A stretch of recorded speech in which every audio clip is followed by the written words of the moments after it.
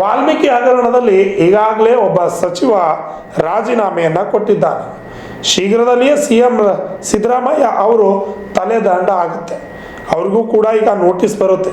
BJP ಹೋರಾಟದ ಮೂಲಕ ಸರ್ಕಾರವನ್ನು ತುದಿಗಾಲಿನಲ್ಲಿ ನಾವು ನಿಲ್ಲಿಸಿದ್ದೇವೆ ಅಂತ ಆರ್ ಅಶೋಕ್ ಅವರು ಆಕ್ರೋಶವನ್ನು ವ್ಯಕ್ತಪಡಿಸಿದ್ದಾರೆ.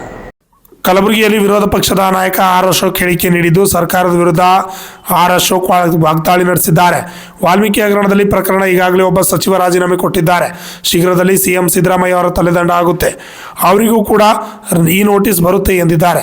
ಬ್ಯೂರೋ ರಿಪೋರ್ಟ್ ರಾಜ 32 ಕನ್ನಡ ನ್ಯೂಸ್ ಕಲಬುರಗಿ. 17 ತಿಂಗಳಿಂದ ಬಂದಂಥ ಕಾಂಗ್ರೆಸ್ ಸರ್ಕಾರ ಇವತ್ತು ಕರ್ನಾಟಕದ ಪಾಲಿಗೆ ಒಂದು ರೀತಿ ಸರಣಿ ಆತ್ಮಹತ್ಯೆಗಳಿಗೆ, ಒಂದು ಕಡೆ ರೈತರ ಆತ್ಮಹತ್ಯೆ ನಿರಂತರವಾಗಿ ನಡೀತಾ ಇದೆ. ನಿಷ್ಠಾವಂತ ಅಧಿಕಾರಿಗಳು ಕಾಂಗ್ರೆಸ್ಸಿನ ಹಣದ ಆಸೆ, ದುರಾಸೆ, ನಿಷ್ಠಾವಂತ ಅಧಿಕಾರಿಗಳು ಸಾವನ್ನಪ್ತಾ ಇದ್ದಾರೆ.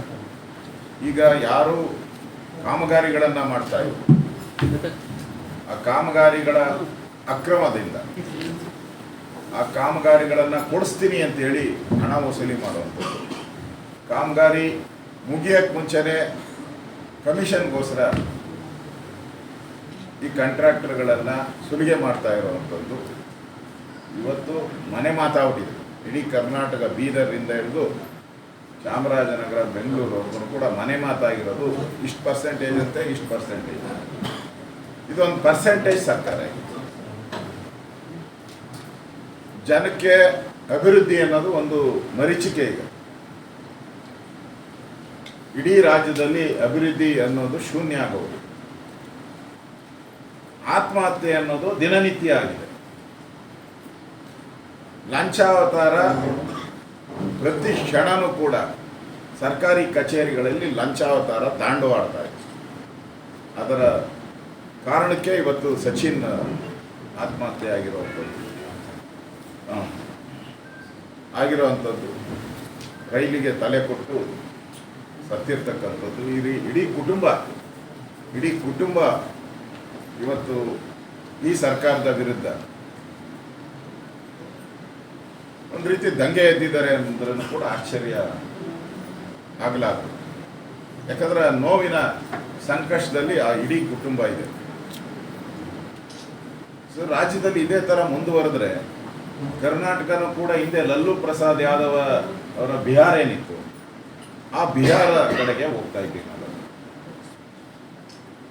ಇನ್ನೊಂದು ಕಡೆ ಪಾಪರಾಗಿ ಸರ್ಕಾರ ಹಣ ಇಲ್ಲದೆ ಎಲ್ಲ ತೆರಿಗೆಗಳನ್ನು ಜಾಸ್ತಿ ಮಾಡಿದ್ದಾರೆ. ಹಾಲಾಯಿತು, ಆಲ್ಕೋಹಾಲ್ ಆಯಿತು, ಕರೆಂಟು ಮುಟ್ಟಿದ್ರೆ ಶಾಕ್ ಹೊಡಿತೈತೆ. ಈಗ ಕರೆಂಟ್ ಆಯಿತು, stamp duty, birth certificate, death ಸರ್ಟಿಫಿಕೇಟ್ಗೂ ಜಾಸ್ತಿ ಮಾಡ್ತಾರೆ, ರಿಜಿಸ್ಟ್ರೇಷನ್ ಜಾಸ್ತಿ. ಈ ಕೊನೆಯದಾಗಿ ಅವರೇ ಹೇಳ್ತಾ ಇದ್ದಾರೆ, ಕಾಂಗ್ರೆಸ್ ಅವರು 10 ವರ್ಷದಿಂದ ಮಾಡಿಲ್ಲ. ಅವ್ರು ಯಾವುದಕ್ಕೆ ಹೇಳ್ಬೇಕಾಯ್ತು ಅಂದರೆ, ಬಿ ಜೆ ಪಿಗೆ 10 ವರ್ಷದಿಂದ ಬಿ ಜೆ ಪಿಯವರು ಒಂದು ಡ್ಯಾಮ್ ಕಟ್ಟಿಲ್ಲ, 10 ವರ್ಷದಿಂದ ಬಿ ಜೆ ಪಿಯವರು ಒಂದು ರೋಡ್ ಮಾಡಿಲ್ಲ, ಅದಕ್ಕೆ ನಾವು 10 ವರ್ಷದಿಂದ ನಾವು ಈಗ ದೊಡ್ಡ ಸಾಧನೆಯನ್ನು ಮಾಡಿದ್ದೀರಿ ಅಂತ ಹೇಳ್ಬೋದು. ಅವ್ರೇನು ಹೇಳ್ತಾ ಇದ್ದಾರೆ, ಬಿ ಜೆ ಪಿಯವರು 10 ವರ್ಷದಿಂದ ಟ್ಯಾಕ್ಸೇ ಹಾಕಿಲ್ಲ, ತೆರಿಗೆಯ ಭಾರವನ್ನು ಬೊಮ್ಮಾಯಿಯವರು ಹಾಕಿಲ್ಲ, ಯಡಿಯೂರಪ್ಪನವ್ರು ಹಾಕಿಲ್ಲ, ಅದಕ್ಕೆ ನಾವು ಈ ತೆರಿಗೆಗಳನ್ನು 15% ಒಂದೇ ಸರಿ ಹಾಕ್ತಾ ಇದ್ದೀರಿ ಅಂತ ಹೇಳ್ತಾ ಇದ್ದಾರೆ. ನಾಚಿಕೆ ಆಗಲ್ಲ.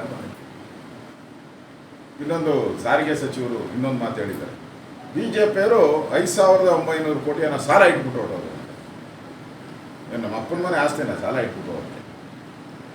2013 ನಾನು ಟ್ರಾನ್ಸ್ಪೋರ್ಟ್ ಮಿನಿಸ್ಟರ್ ಆಗಿದ್ದೆ, 8ರಿಂದ 13 ಲಾಭದಲ್ಲಿತ್ತು. 1,000 ಕೋಟಿ ಲಾಭದಲ್ಲಿ BMTC ಮತ್ತು KSRTC 1,000 ಕೋಟಿ ಸಾಲ. ನಾನು ಬಿಟ್ಟು ಹೋದಾಗ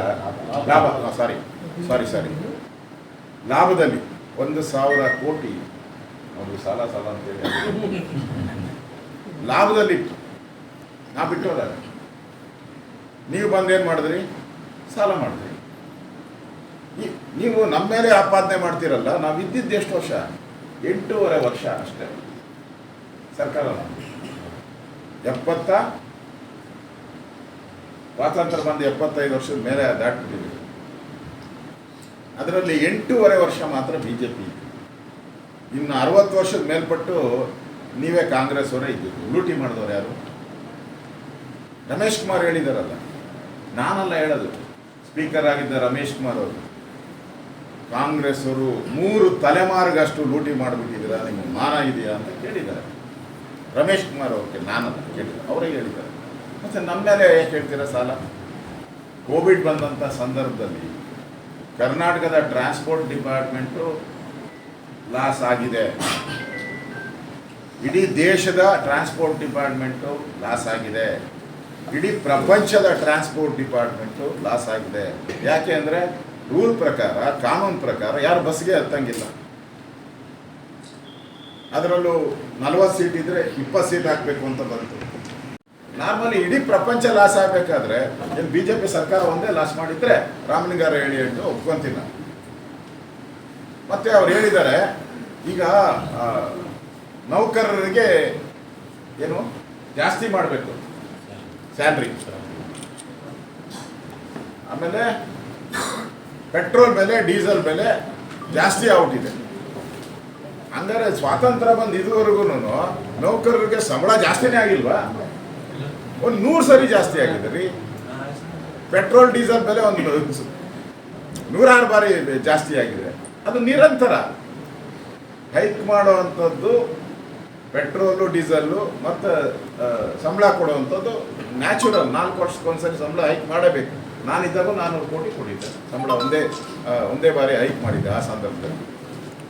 ಅದರಿಂದ ಮಾಡಿರೋ ತಪ್ಪನ್ನು ಮುಚ್ಕೊಳ್ಳೋವಂಥದ್ದಕ್ಕೆ ಸರ್ಕಾರ ದಿವಾಳಿ ಅನ್ನೋದನ್ನು ಇದರಿಂದ ಸ್ಪಷ್ಟ ಕಾಣ್ತಾ ಇದೆ. ಸರ್ಕಾರ ದಿವಾಳಿಯಾಗಿದೆ ಅನ್ನೋದಕ್ಕಿಂತ ಇದಕ್ಕಿಂತ ಸ್ಪಷ್ಟ ನಿದರ್ಶನ ಯಾವುದಿಲ್ಲ.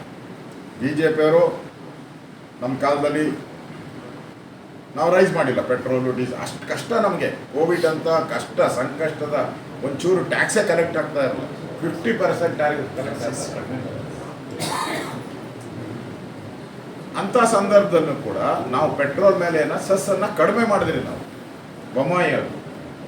ಬಸವರಾಜ ಬೊಮ್ಮಾಯಿ ಅವರು ಸೆಸ್ಸನ್ನು ಕಡಿಮೆ ಮಾಡಿದ್ರು. ನಾನು ರೆವಿನ್ಯೂ ಮಿನಿಸ್ಟರ್ ಆಗಿದ್ದಾಗ ಸ್ಟ್ಯಾಂಪ್ ಡ್ಯೂಟಿನ 5% ಕಡಿಮೆ ಮಾಡಿದೆ. ನಾನು ಕಡಿಮೆ ಮಾಡಿದೆ. ಇವರು ಸ್ಟ್ಯಾಂಪ್ ಡ್ಯೂಟಿನ 250% ರೈಸ್ ಮಾಡಿದ್ದಾರೆ. ಅಂದರೆ ಇದು ಮನೆಯಾಳ ಸರ್ಕಾರ ಅಲ್ದಿರ ಇನ್ನೇನು ಅಂತ.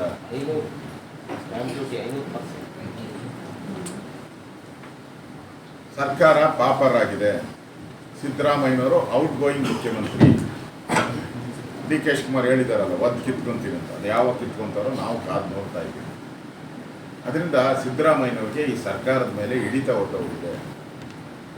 ಹಿಡಿತ ಇಲ್ಲದೆ ಇರೋದ್ರಿಂದ ಯಥೇಚ್ಛವಾಗಿ ಯಾವ್ಯಾವ ಮಂತ್ರಿ ಏನೇನು ಬೇಕೋ ಆ ರೀತಿ ಲೂಟಿ ಹೊಡೆಯುವಂಥ ಒಂದು ಲೂಟಿಕೋರ ಸರ್ಕಾರ ಇವತ್ತು ಕರ್ನಾಟಕದಲ್ಲಿ ನಾವು ನೋಡ್ತಾ ಇದ್ದೀವಿ. ಇವತ್ತು ಈ ಒಂದು ಕೊಲೆನೂ ಕೂಡ ಇದೊಂದು ಕೊಲೆನೇ. ಆತ್ಮಹತ್ಯೆ ಮಾಡೋಕ್ಕೆ ಮುಂಚೆ ಅವರು ಲೆಟ್ರು ಬರೆದಿದ್ದಾರೆ. ಈಗ ಅವ್ರ ಕುಟುಂಬದವರು ರಾಜ್ಯ ಸರ್ಕಾರದ ಮೇಲೆ ನಂಬಿಕೆ ಇಲ್ಲದೆ ಪ್ರಧಾನಮಂತ್ರಿಗೂ ಮಾಡಿದ್ದಾರೆ, ಗೃಹ ಸಚಿವರಿಗೂ ಮಾಡಿದ್ದಾರೆ, ರಾಜ್ಯಪಾಲರಿಗೂ ಕಂಪ್ಲೇಂಟನ್ನು ಕೊಟ್ಟಿದ್ದಾರೆ. ಆ ನೊಂದಿರೋ ಕುಟುಂಬಕ್ಕೆ ನಾವು ವಿರೋಧ ಪಕ್ಷವಾಗಿ ನಮ್ಮೆಲ್ಲರ ಕರ್ತವ್ಯ, ನಾರಾಯಣ ಸ್ವಾಮಿ ಅವರು, CP ರವಿ ಅವರು, ನಾವೆಲ್ಲ ಮುಖಂಡರು, ನಮ್ಮೆಲ್ಲ MLAಗಳು, XMLAಗಳು, ನಮ್ಮೆಲ್ಲರ ಕರ್ತವ್ಯ ಅವ್ರ ಪರವಾಗಿ ನಿಲ್ಲುವಂಥದ್ದು ನಮ್ಮ ಕರ್ತವ್ಯ. ಆ ಕರ್ತವ್ಯವನ್ನು ಚಾಚು ತಪ್ಪದೆ ಮಾಡ್ತೀರಿ. ಅವ್ರಿಗೆ ನ್ಯಾಯ ಸಿಗೋವರೆಗೂ ನಮ್ಮ ಹೋರಾಟ ನಿಲ್ಲೋದು.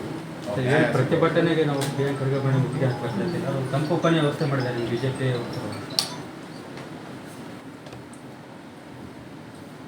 ಏನು ಮುತ್ತಿಗೆ ಹಾಕಕ್ಕೆ ಹೋಗ್ತಾರೆ ಅವ್ರಿಗೆ ಬಂದಂತವರಿಗೆ ತಂಪು ಪಾನೀಯ ವ್ಯವಸ್ಥೆ, ಎಳ್ನೀರು ವ್ಯವಸ್ಥೆ ಅವರಿಗೆ ನಾವು ಸ್ವಾಗತ ಮಾಡ್ತೀವಿ ಅಂತ ಹೇಳಿದಾರೆ.